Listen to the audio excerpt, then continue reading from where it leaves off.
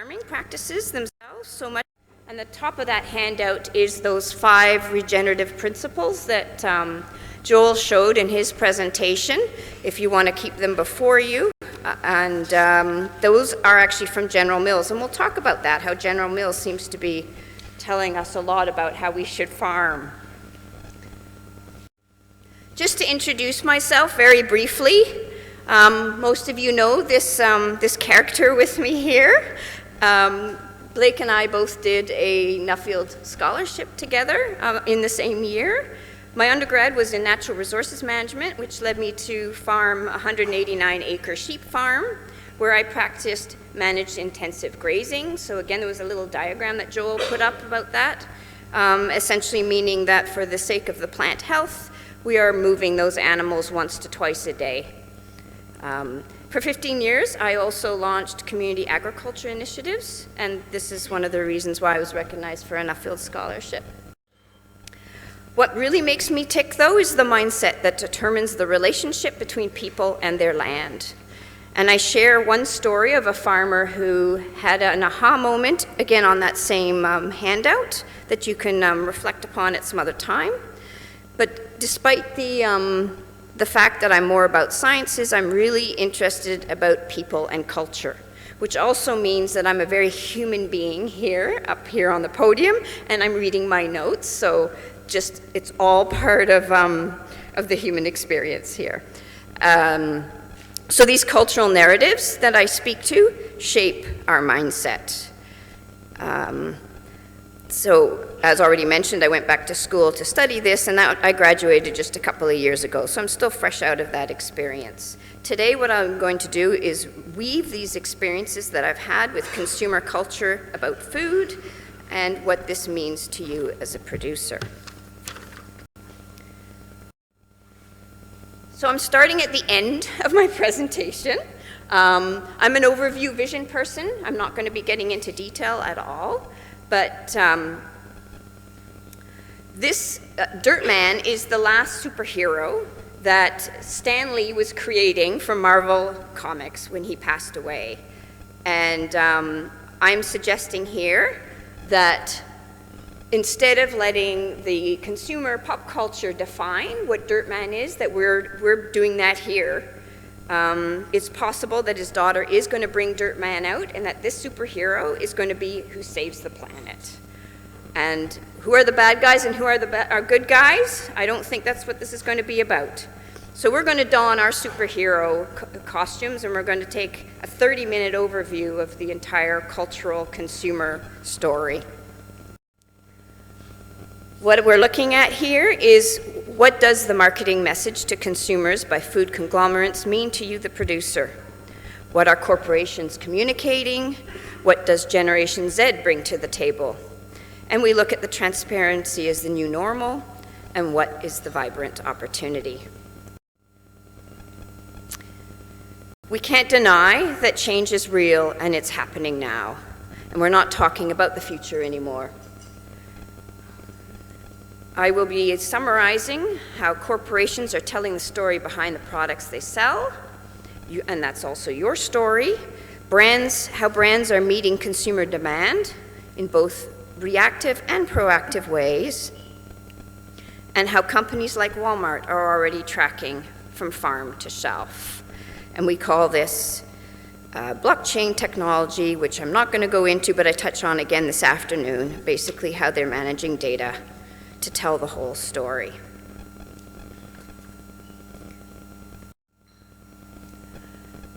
So essentially we're talking about the shift from no-till or conservation agriculture, which Joel actually defined this morning, to regenerative agriculture. And why?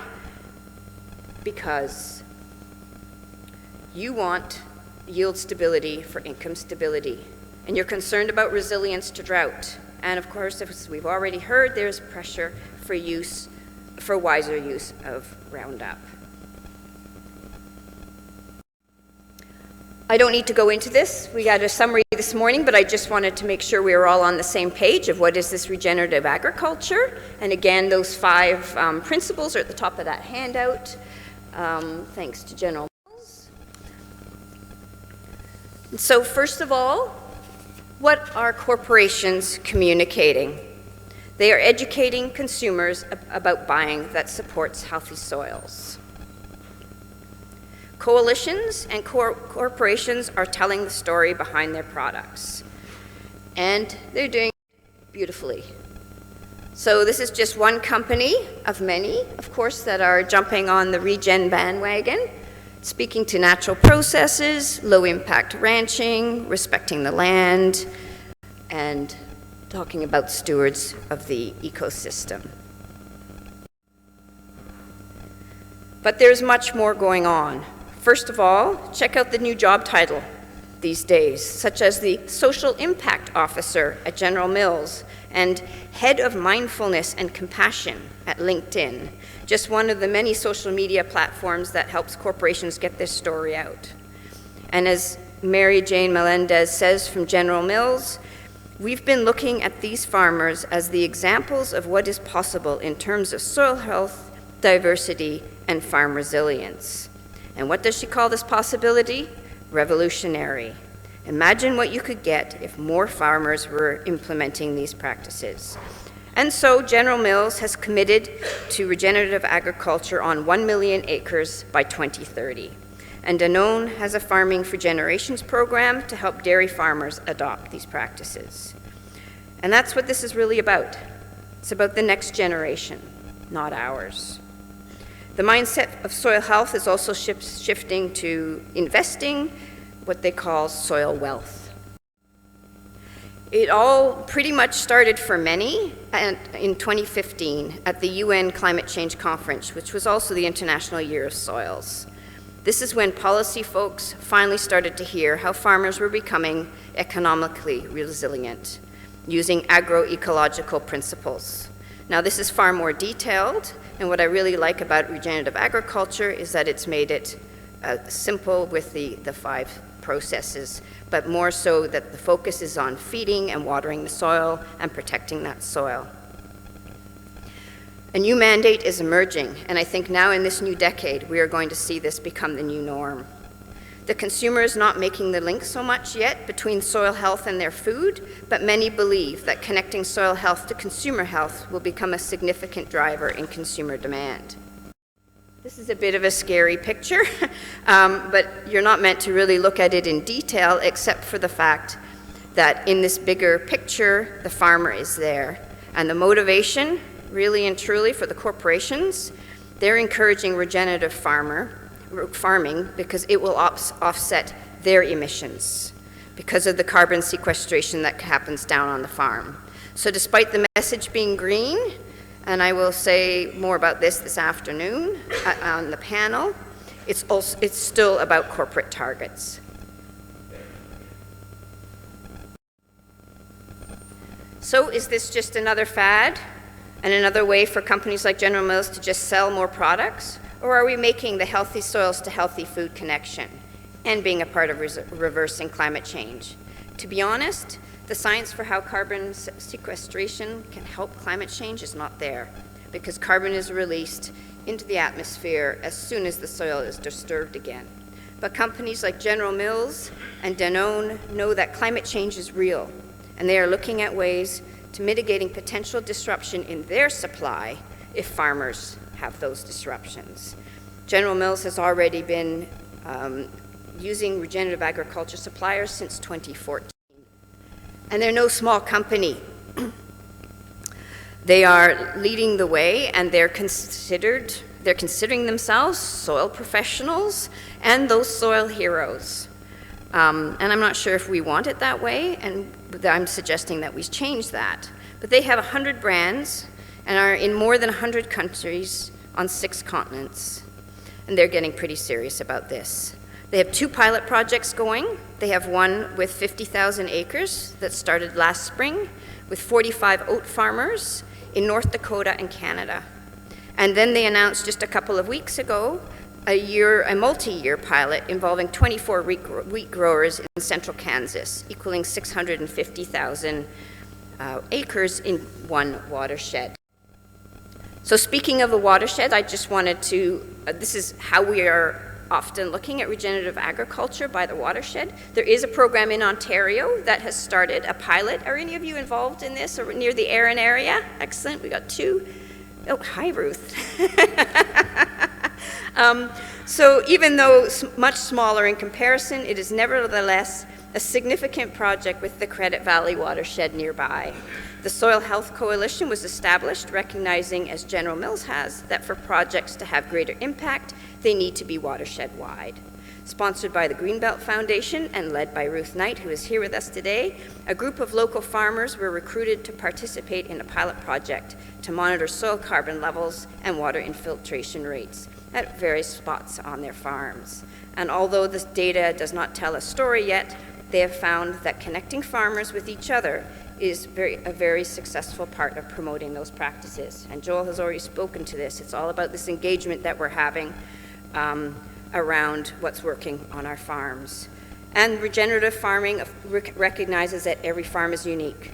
So each farmer has to decide their own set of solutions. Nobody is going to tell you how to farm. And I think this is one of the changes.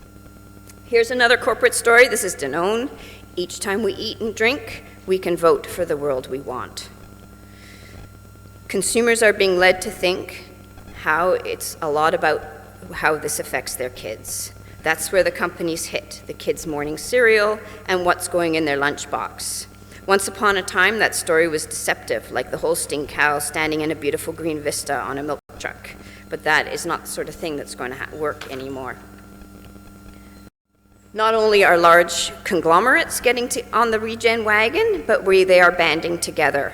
So this is a brand new initiative, One Planet Business for Biodiversity, that was formed last fall, recognizing that biodiversity is threatened, that business relies on biodiversity for the resources for food, fiber, and medicinal plants, for ecosystem services such as pollination, water filtration, and waste decomposition, and so on, and for healthy and prosperous societies to live. And I'm quoting this from their website. And so here too, through collaboration, OP2B is advocating for a better and more inclusive agriculture system for society, farmers, consumers, and citizens. This is Regen going global.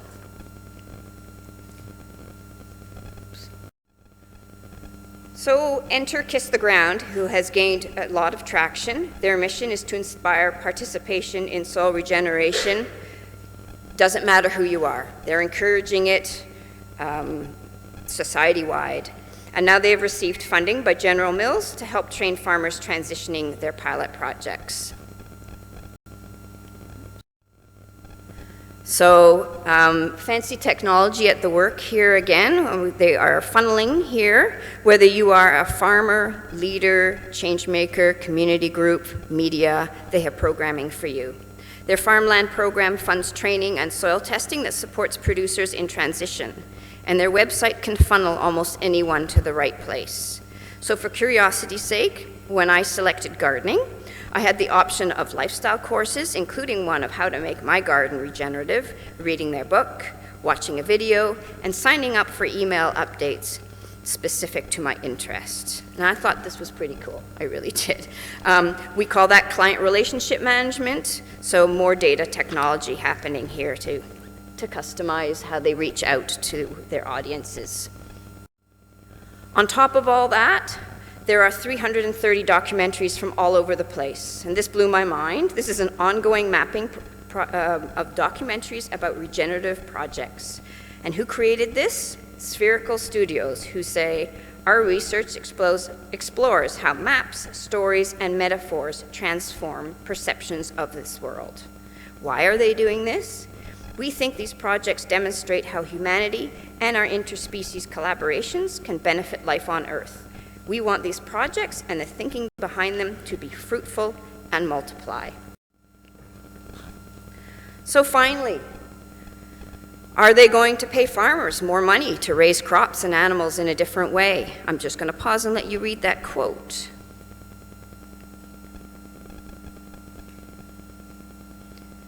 Returning once again to General Mills, it is focusing on its key ingredients, including oats, wheat, corn, dairy feed, and sugar beets. It will provide farmers financial assistance to change their practices, including 3 years of monthly one-on-one coaching, soil sampling and testing, and the creation of custom transition plans.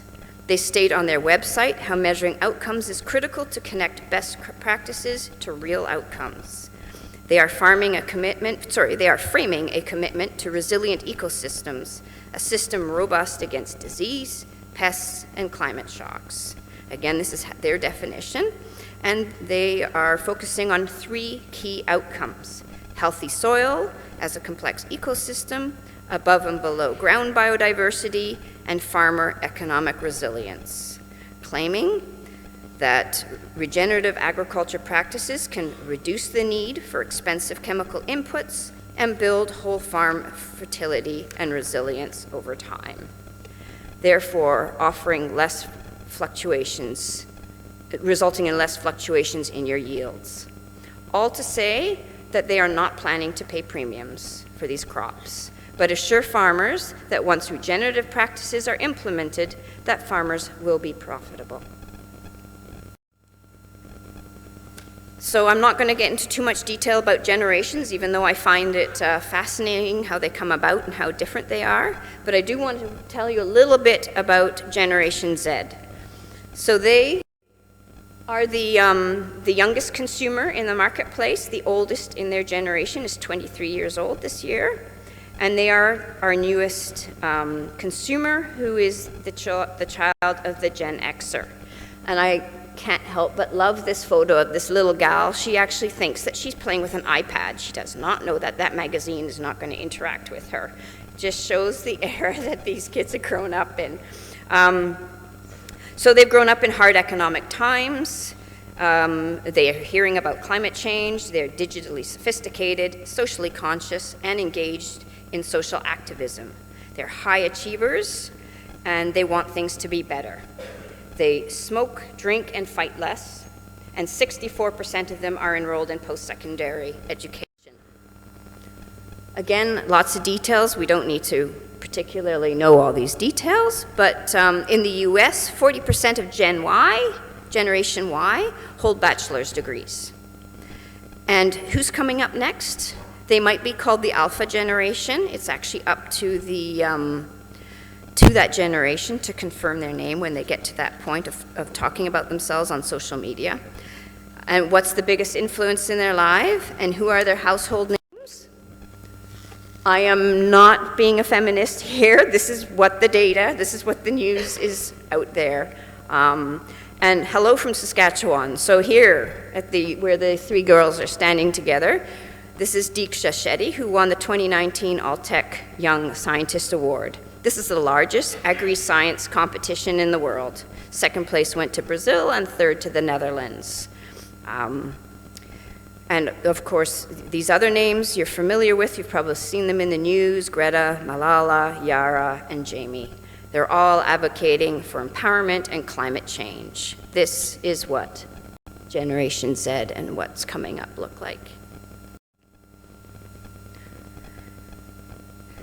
So transparency is the new normal. This is all, again, about that story, and it includes soil health and being part of the climate change conversation. Business as usual is no longer the option. A lack of transparency on social media means that 9 out of 10 people are likely to take their business elsewhere. Transparency is not just a sales tactic or a way to communicate a new marketing message. It's telling every part of the story behind that product. I don't know how many of you have heard about this. I think this is very cool. This is the bionutrient meter. So this is allowing the consumer to test the nutrient density of the food that they're purchasing. And I think Sarah Harper on our panel this afternoon will be just touching a bit on the value of nutrient density. And the news is that the technology has arrived. This tool was developed by Dan Kittredge of the Bionutrient Food Association, and it's an infrared device so that consumers can measure their nutrient density. So they can just take their apple, their carrot, and they just aim their, I like to call them gun. They aim their meter to the product, And what reflects back is actually correlates with the different nutrients found in that food. So this is really going to change when the consumer can actually verify what they're being told on that product label. So what is the vibrant opportunity? I think that's what most of us are here for. This I've actually taken off of the Regeneration Canada website. It's also in your handout, so you don't need to jot all that down. But I had to add in farm profits. It was missing in the conversation, and this is so typical that the actual farm and a farmer are missing in the conversation. So even NASA, I just want to touch on this, but I was reading an article that NASA put out on regenerative farming, and they are saying that geoengineering solutions is not going to be the answer, but suggest that it's the drawdown that we can achieve on our farms and in forests. And so we are strongly encouraged to adopt these practices, because what they're thinking is that our ignorance and our denial are actually going to result in tragic consequences, to the point that some are even suggesting that it's the end of our species. There's lots to be said about the vibrant opportunity that is ripe right now. Corporations are mitigating some of the risk of trying this out. The consumer is asking, is my food safe? Let's say yes, because the ability to detect pesticides, as we already heard from McCains, is getting more and more precise all the time, and consumers are reacting. And corporations like General Mills are responding. Ultimately, the reason we get to do business every day is that consumer. The beauty, I think, of regenerative agriculture is this is not being told how to farm, as in some other systems. You set your own solutions, and they're farm specific. And it's not trial and error and going alone anymore, because we're doing this together in pilot projects, by watershed, in communities, and through company initiatives, so that we're sharing data, successes, and what we can do better. It's also an opportunity for more research. Again, we've seen some of that this morning, and here's an Ontario study which shows how yield stability significantly increased when corn and soybean were integrated in more diverse rotations. In hot and dry years, diversification of corn, soybean rotations, and reduced tillage increased yield between 7 and 22% of corn and soybean, respectively. And as we know and we're hearing, this is not just within the farming community. This is a global movement calling for greater political action, and they've even gone as far as establishing an agro-biodiversity index, which applies to countries. Farmers can be part of making a difference, reducing the environmental impact of agriculture, and if they choose, being part of that climate change conversation, and even better, becoming a dirt man or a superhero.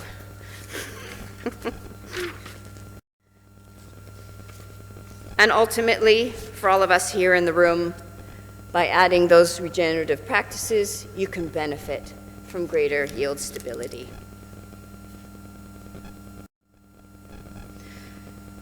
I've mentioned some of this already, but when corporations get behind regenerative agriculture, we're looking at learning opportunities, farmer-focused field days, closed Facebook groups to encourage the exchange of ideas and best practices. I don't know if there's a lot of Facebook haters in the room, but I'm on a couple of online courses, and it's amazing how powerful Facebook has become as an educational class forum. And also, corporations are establishing those measurement protocols, which we can participate in voluntarily, but right now it's the corporations that are leading the way. One of my superheroes is actually Tim Pryor, and he runs an agricultural supply that supplies fencing for adding livestock to your farm. And just this week, he sent out an email, and I was supposed to have handouts for you all, and I drove by and did not pick them up. unfortunately. I forgot. And so for all of you who are interested in adding livestock, and I know I'm going on a bit of a tangent here, but on March 1st, Ontario Soil and Crop is opening up applications for this, and this can help fund fencing systems if you are interested. So Tim Pryor is one who is also very supportive of what you do on your farm if you are interested. Yeah, again, there's support out there for us to do this.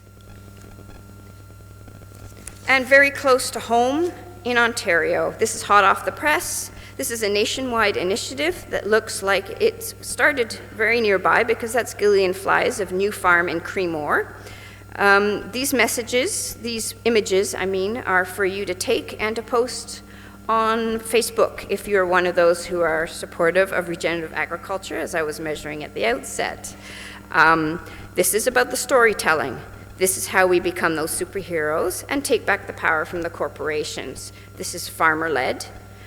And most of you already know about the Rural Ontario Institute's Improving Ontario Soils Network, which was started by Mel Looms.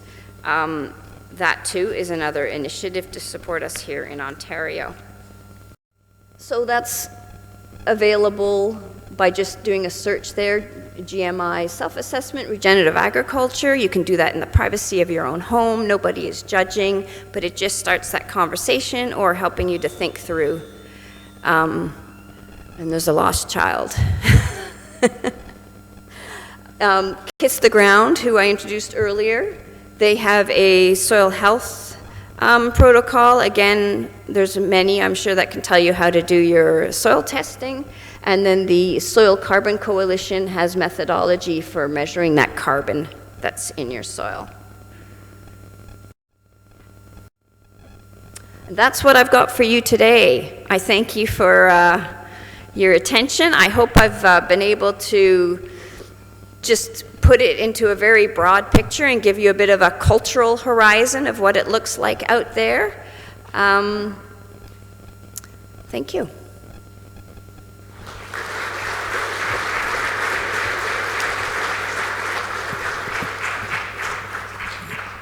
Again, if there's any questions from the floor, put them on the cards and hold them up. I have a question for you, Kaytlyn. When you look back on what you've learned and gained in knowledge over the last decade or two, what's the aha moments when it all kind of clicked? For myself or for this bigger picture? Well, let's separate them, both. Yeah, well, when I was farming, I was actually doing so organically. Organic farming also has to do regenerative farming techniques. And I think this is the point, is that we really have done that shift to the soil, to water being able to percolate.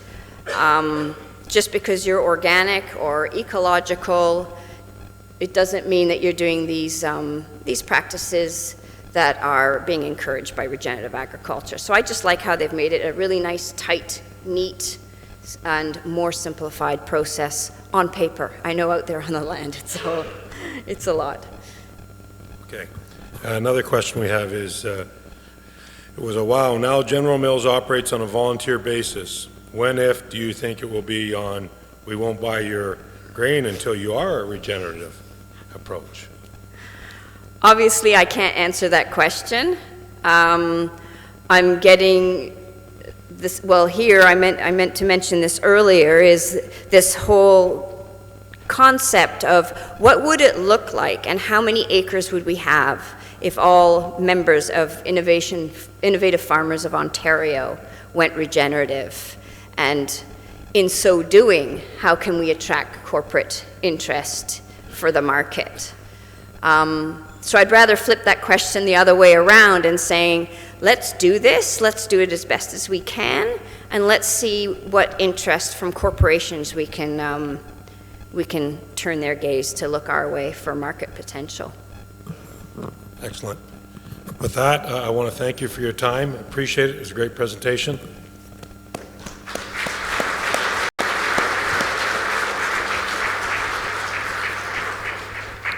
We're going to start in our breakout session.